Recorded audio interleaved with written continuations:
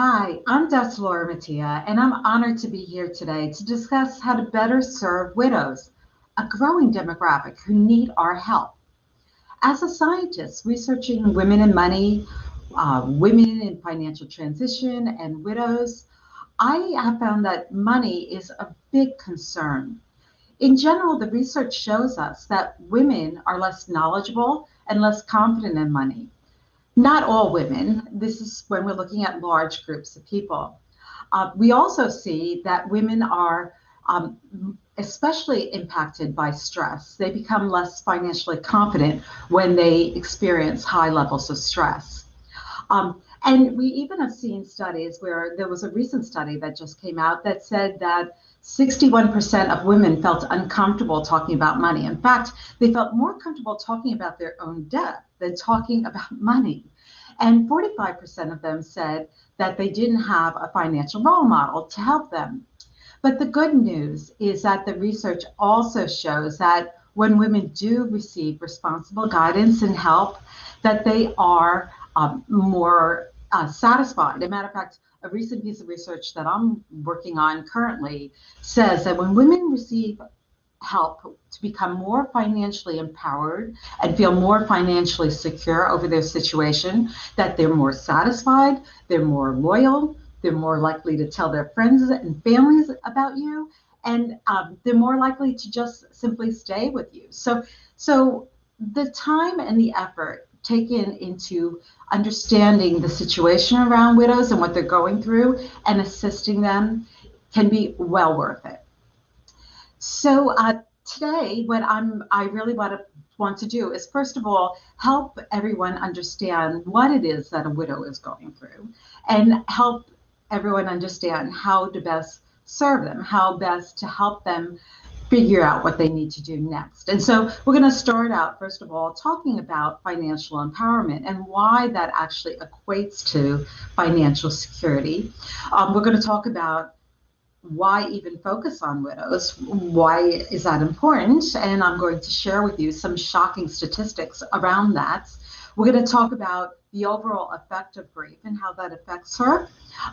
We'll talk about the 4 stages of financial transitions, and particularly around widowhood. And I want to focus on some of the common pitfalls that you can help her navigate away from, and just kind of summarize on how we can better support widowhood. So let's start out by talking about financial empowerment. Financial empowerment is a subjective construct. It's in a lot of the literature these days. And I've used a particular model that I like to use to incorporate how an individual becomes financially empowered. And so that's what I want to share with you. And in this model, we say that one element of financial empowerment is the whole issue around financial literacy. And it's about having the knowledge and the skills to help you make good financial decisions in your best interest. The second component is financial attitude. So it's very much related to financial knowledge and financial literacy, but it's about the ability and the motivation and the wherewithal to apply that knowledge and skills to financial decision making. So attitude is very, very important. And then there's a third element, and that is financial well-being. And here, what we're talking about when we say financial well-being, because people may have different ideas on what I'm talking about, but we're specifically talking about certain characteristics and traits that help individuals cope better, make them more resilient. So when we put these 3 things together, it encourages and helps us to become more financially empowered.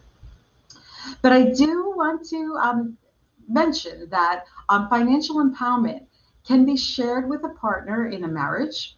Although it's not fungible, externalities in the marriage allows both partners to share. So I can be financially empowered, or I can share with my spouse's financial empowerment. And that's fine as long as that spouse remains in my life. But if there is some kind of end to that relationship, whether it's because of divorce or widowhood or something else where they're no longer around, it leaves me vulnerable because I have not developed those financial skills in order to make financial decision making.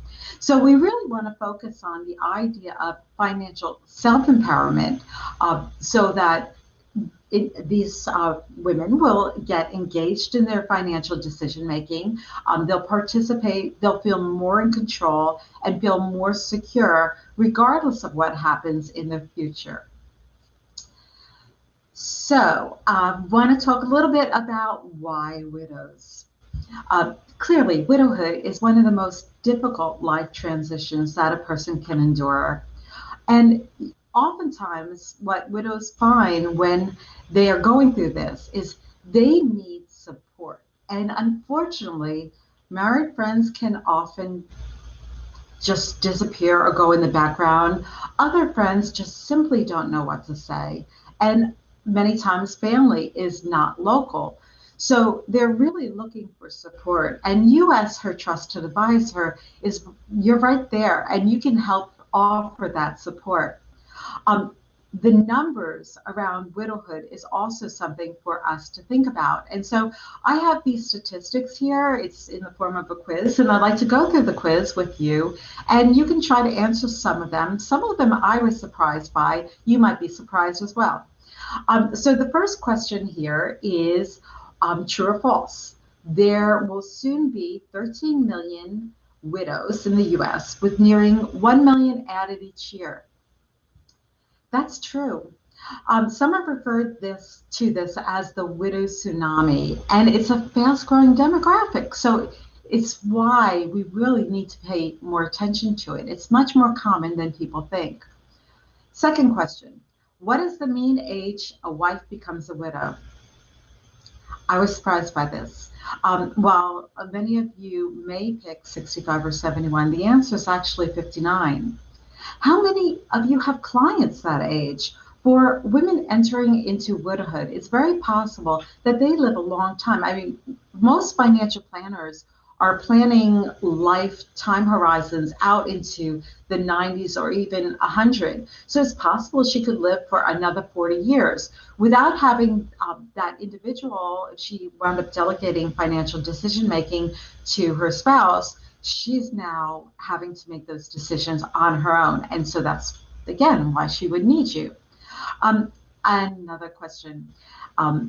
Half of women over age 65 live how many more years after their husband dies? So after age 65, the answer is 15. Again, another reason why we really need to pay attention and assist them with this. Another true or false question: 70% of baby boomer wives will outlive their husbands. 80% of women will be single at death. That's true. And, again, sounds like an overwhelming number of women who will be on their own making financial decisions. This question also kind of stumps me. On average, only blank percent of widows aged 55 to 64 remarry. And by age 65, only blank percent remarried. And, on the converse, a widower typically remarries within 2 or 3 years after his wife's death. And, that's kind of the answer for a lot of widows is, oh, I'll get remarried and I'll just find somebody else who will help me with certain decisions. But that's not the only reason to remarry. But when I tell you the numbers, on average, it's only 8% of widows between 55 and 64 remarry, 8%. And for the 65-year-olds, it's only 2%. So that isn't going to be the answer. Most widows will not remarry. And the next question, true or false: widowed female seniors outnumber widowed males by more than 4 to 1. That's true. Have you been to a nursing home lately? It seems to be the case in almost every nursing home where we see many more women than we do men.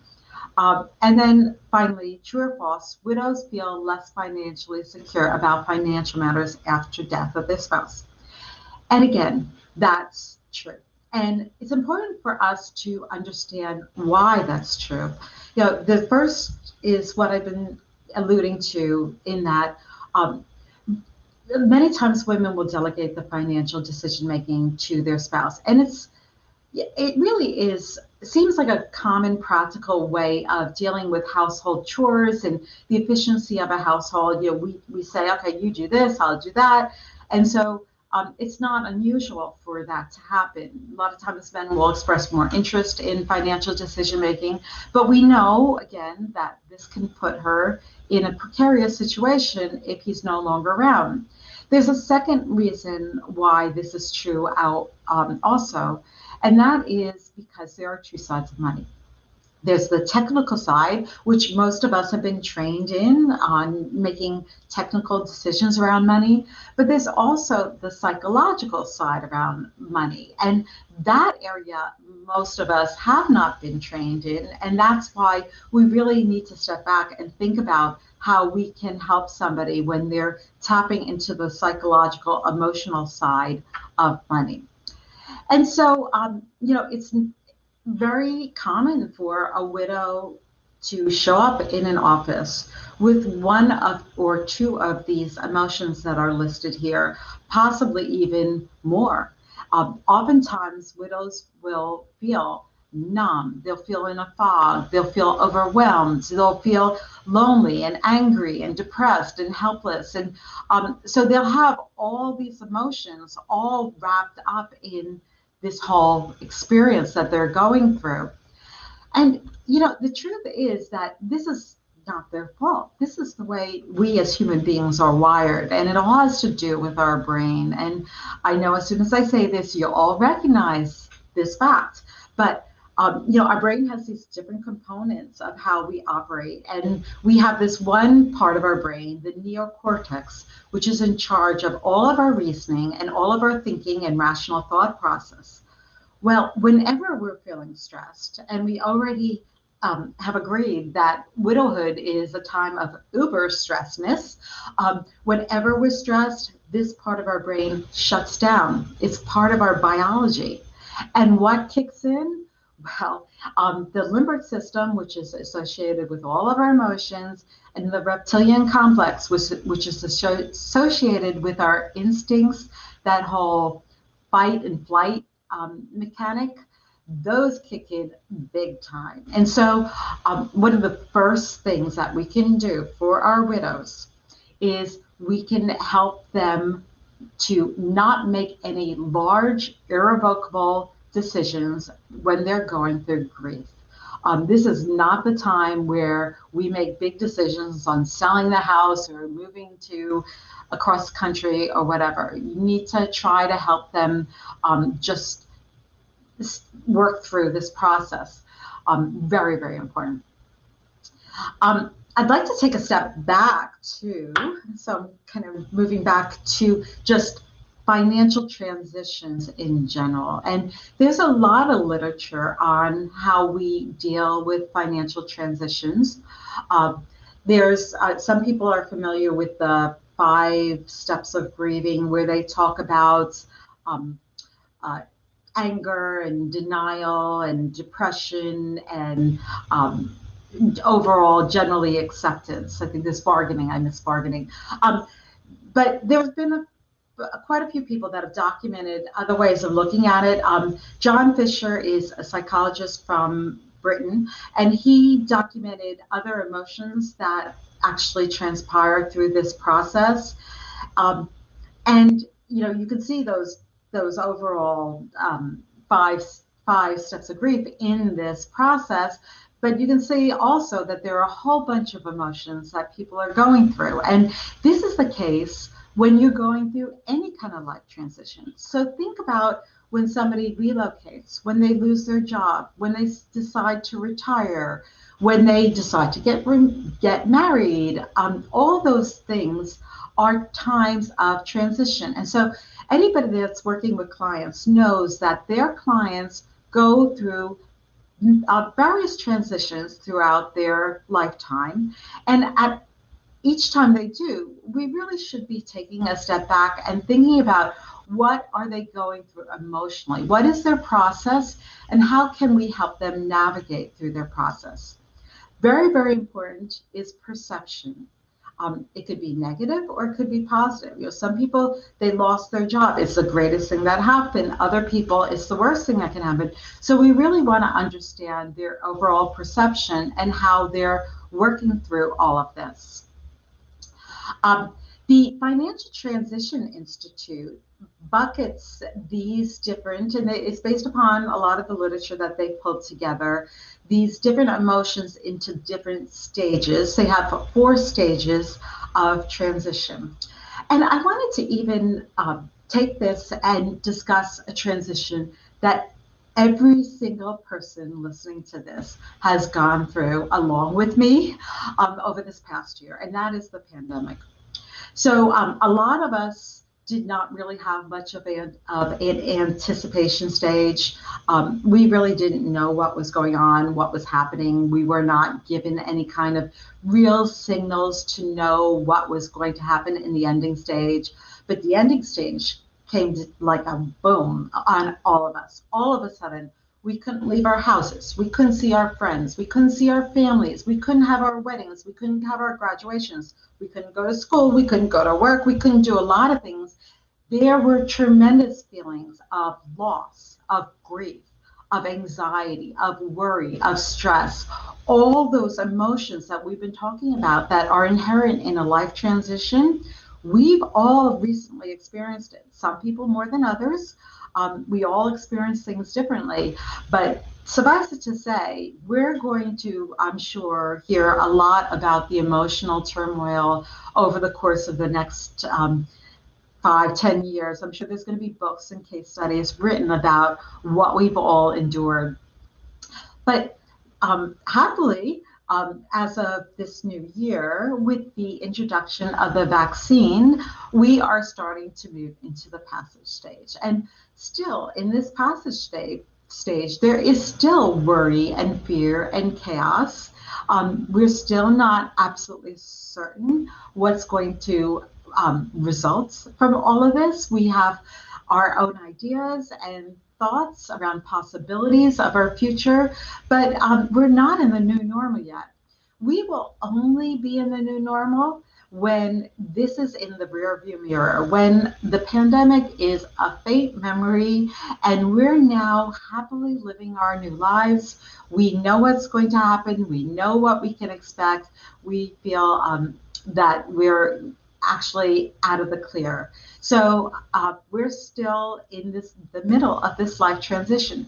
The reason why I bring this up is that there are actually tools that I'm going to talk to you about that I've used with some of my clients this past year because of the way they were dealing with the emotions around this life transition. And so, again, I want to encourage you that it's not really just for widows. It's a matter of fact, it's a course for widowers and anybody else that's dealing with a loss or any kind of life transition.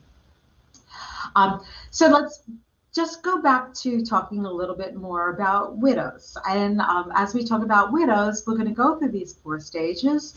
And so the anticipation stage, we usually consider that the preparation stage. It's a time where we can get help the widow become more emotionally and mentally prepared and possibly even financially prepared for what's about to happen.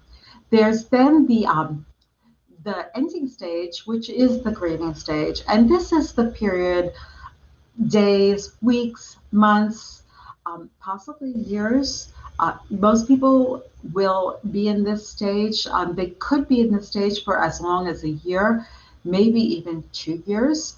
So this stage is really probably the stage where there's the heightened emotions. There's then the passage stage, which is that period of growth and where we can start rebuilding. And lastly, there's the new normal or the transformation stage where she's now living a new life and happily going along and moving ahead. It's important to understand that these stages don't have firm boundaries around them. They're blurry, and everybody does not go through these stages in the same manner. Everybody has their own journey. However, most people do process through these 4 stages. Some people will bounce back and forth. You might think that you're your widowed client is done with the grieving stage and has now moved into the growth stage, and something triggers her and she's back in your office, and guess what, she's in the grieving stage again. So it's important to understand that these stages are fluid. And what ideally we want to do is understand and just recognize, oh, it appears like she's in the grieving stage. Maybe I should keep this somewhat simple. Maybe I shouldn't overcomplicate things. So understanding where she is in this navigation can help you plan on how you're going to work with her. So we're going to go through each individual stage, and I'm going to talk about a couple of tools and how you might want to focus talking to her during these different stages. And the first stage is this anticipation stage. This is actually, if we think about it, it's a gift, right? Because it gives us the opportunity to prepare emotionally, as I said, and also financially for what is about to happen. You want to help her at this point in time to be somewhat focused on what really needs to be addressed. And you also want to see if there's any way of minimizing the experience or the grief and the difficulty that she's going to experience going forward. So at this point in time, and you may not feel so qualified with how to help a widow go through this, but the one thing that hopefully you do feel somewhat qualified for is to take a look at her estate planning documents. Does she have estate planning documents, hopefully executed in the state where she resides? So we want to make sure that they're going to be legal and they're going to be adhered to. So you want to ask her to pull them out. And you want to maybe even talk to her about a couple of other items. You want to talk about, well, what are, do you need a second opinion? Are there other options that you should consider? Should we explore what hospice offers and when we should actually execute that? So you can help her think this through, because I can tell you, there's all of a sudden a lot of people are not going to be available to her. There's not a lot of people that will help her go through these items. The second thing is looking at that end of life paperwork, primarily in the context of the estate planning. So what about the healthcare directive and the living will and the power of attorney and all those documents? Maybe she has a DNR, do not resuscitate, or a DNI, DNH, do not hospitalize. You want to be able to explain to her what these things mean and what she can expect. So making sure that's all in place. You might talk to her a little bit about her beliefs around death, her emotions, because you may identify that there could be other people that you want to bring into the picture, whether she needed spiritual or emotional counseling, that could be helpful. You want to talk about the financial and insurance issues. That power of attorney, really important, but also, are there life insurance documents that she can gather? You want to see them. Does she have the original copy? Who is the beneficiary on those documents? Um, get that all in order. She could even call the life insurance company, because some life insurance companies will pay out in advance with certain terminal illnesses. And that could be very, very helpful if she needs cash immediately to address some of the planning process, or maybe she could even have a last fling with her spouse.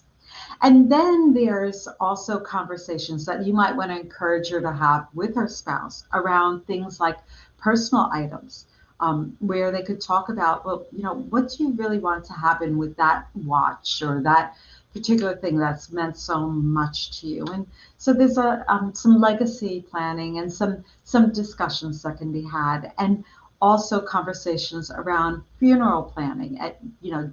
Do you want to be buried? Do you want to be cremated? Who do you want to write the obituary? Those types of things can all be discussed. And so there is a time where you can help her get this all in order. But a lot of us don't actually get the opportunity to plan. These things happen very, very quickly, and all of a sudden we find that we're thrown right into that grieving stage.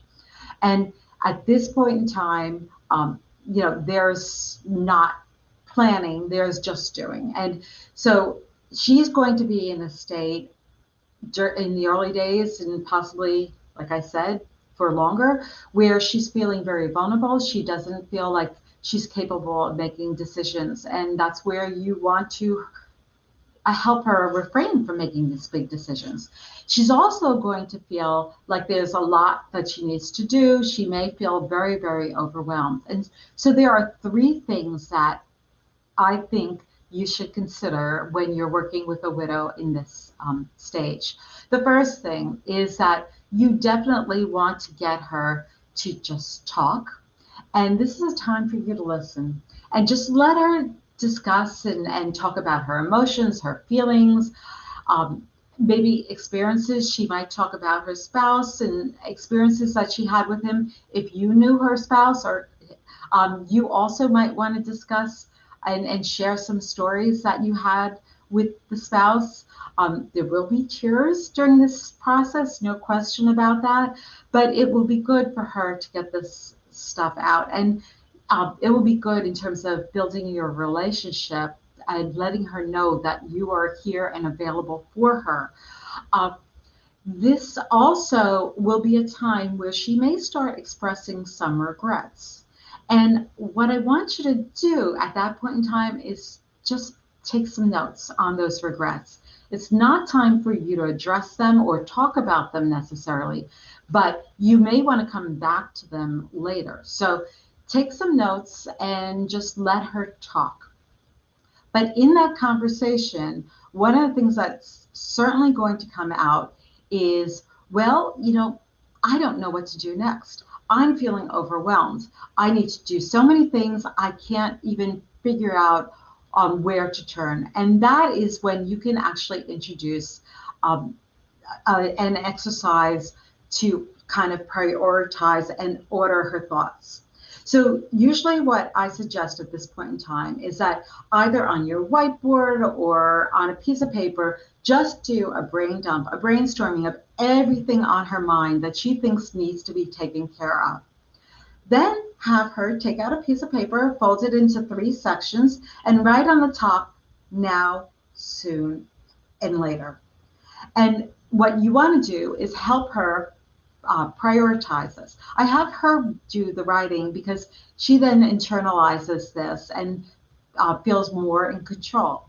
Remember, we want to empower her.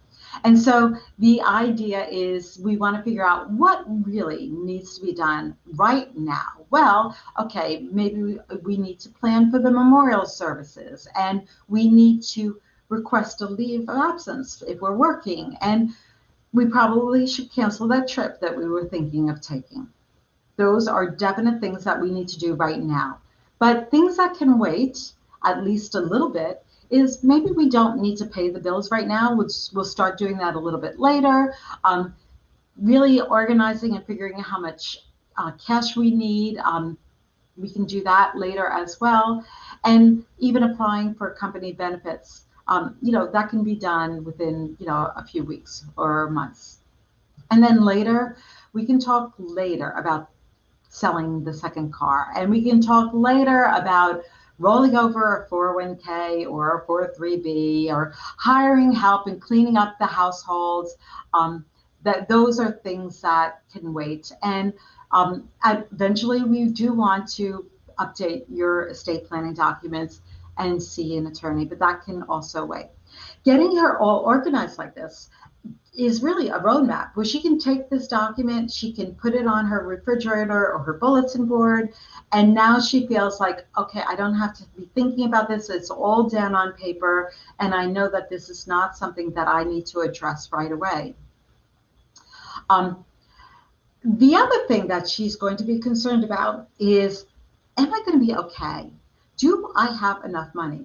Am I going to be able to visit my children? Am I going to be able to continue to pay for my grandchildren's college? Am I going to be able to go on trips with my friends? Or what do I have? And The two different tools that I've seen people use are the money envelopes. My favorite is the three bucket approach. And this is where we actually look at her money in these different categories and help her understand where her safe money is. So the first bucket being, look, this is in cash, this is in CDs. You have ready access to this money if you need it right now. And even if you need more money, you have other safe money in short term and intermediate bonds that are readily available to you. And because you're 59 years old, we do have money in some long term investments that are there, going to be there for the future. I've used this three bucket approach several times this past year with clients that were emotionally distraught over this pandemic. So I found this approach very, very useful. And as a financial advisor, planner, the first inclination is for us to pull out the cash flow statement, to pull out the balance sheet, maybe even to pull out the asset allocation that we've created for the clients. These are not tools that she wants to look at right now. She wants to look at these buckets. They're much more comforting for her to know where is the safe money that I have available to me. So, again, if you start using those more advanced tools that we've all been trained in, you're probably going to lose her. She's going to be even more anxious than she was already. So, you want to keep things very, very simple and address her immediate needs. Okay, so at some point in time, the grieving is going to pass and she's going to move into this growth stage. And at this point in time, the fog is beginning to clear. She's feeling much more comfortable with her decision making process. And you can start talking to her about doing some comprehensive financial planning and actually looking at her investments and how they're structured. Are they structured in consistent with her risk tolerance and her overall retirement planning and her goals and her estate planning and all those types of decisions? We can start addressing them now when she's starting to feel more confident. And so the thing that I always want to talk to clients about is this idea of comprehensive planning. Particularly now that they have a new role in life.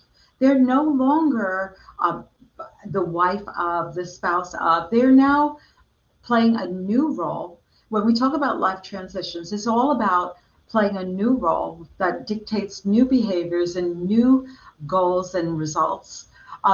And so you might have done a comprehensive plan with this couple 6 months ago, but it's almost not important anymore. We want to do something new that talks to her. The other thing, and this actually stems from some research, I was part of a research team where we did some research on widows. And we, in our research, we had a survey and we asked the widows specifically around what did they regret.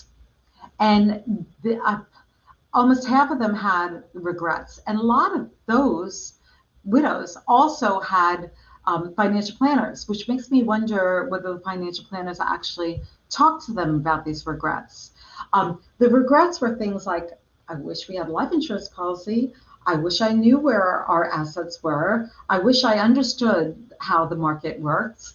I wish I knew the difference between a stock and a bond. I wish I knew how much debt we were in. I wish we had saved more, but quite a lot of regrets.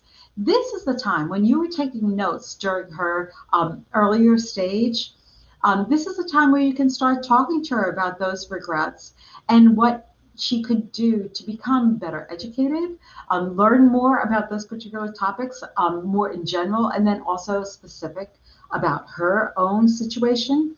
And it's also a time where you can start encouraging her to get engaged and to actually participate, because don't forget, financial knowledge without the application is not going to get her financially empowered. We want her to feel empowered, so we want to get her engaged. The other thing that that research that came up in that research, which I found very, very interesting, was this group of women, specific widows that we were interviewing, were widows that had gone through the 4 stages of widowhood and had actually gotten remarried. And so one of the things that we asked them in this research, the survey, was, okay, did you plan any kind of documents, pre-commitment documents for this new relationship? And did you have any money discussions for this new relationship? Um, and we were surprised with the results. For the pre-commitment documents, we saw that if you see mean of one, basically what this is saying that when we asked them about these 8 documents, in average, they had one of these documents in place. Now, perhaps you didn't need a prenuptial or a cohabitation agreement, but the other documents, pretty important. They didn't have any of these documents in place. So you can help her get these documents in place. Also, when we asked, did you have any of these money discussions? Um, they said out of these 10 different topics, we talked about 5 of them. Now, I can't imagine not talking to somebody I was going to marry about every single one of these 10 items. You know, how to pay for expenses, what are your credit scores, do you have any outstanding debt? These are important conversations. And so you might want to encourage her. Are you starting to date? Are you starting to have relationships? Are you considering possibly committing to a new person? If you are, let's make sure that we do prepare you so that you can retain that financial empowerment in this new relationship. So uh, once that whole growth stage has gone past and she's now enjoying life and she's in that new normal and she's actually becoming transformed, this is where we can start talking about other things that she might want in her life. Maybe she never considered before. New ideas around how she's going to leave her legacy, around charitable planning, or how she wants to structure her finances, or maybe there's something new that she wants to do. So this can be a very, very exciting time to work with her. And during this time, we really want to focus on that empowerment. Not that we weren't focusing on it all along, but this is where we can start really educating her on what she needs to be thinking about in terms of her stuff. We can motivate her in terms of achieving her goals and partner with her and collaborate with her to help achieve them. We want to keep her organized and we want to simplify the process. Don't use jargon with her and because you're going to lose her, but helping her understand what's going on so that she can actually be engaged and be part of the financial decisions. Yeah, and this is important because we want to help empower her, but keep in mind that during each one of these stages, you will notice, even in the anticipation stage, we want her to feel financially secured. In each stage, we want her to feel financially secure. So we're trying to empower her every step of the way. So I'd like to talk about some of the common pitfalls that a lot of widows experience, and hopefully you can help them navigate through these pitfalls so that they don't make these kinds of mistakes. The first one is something that we've already kind of discussed, which is that idea of rushing. Everything needs to be done right now. No, it doesn't.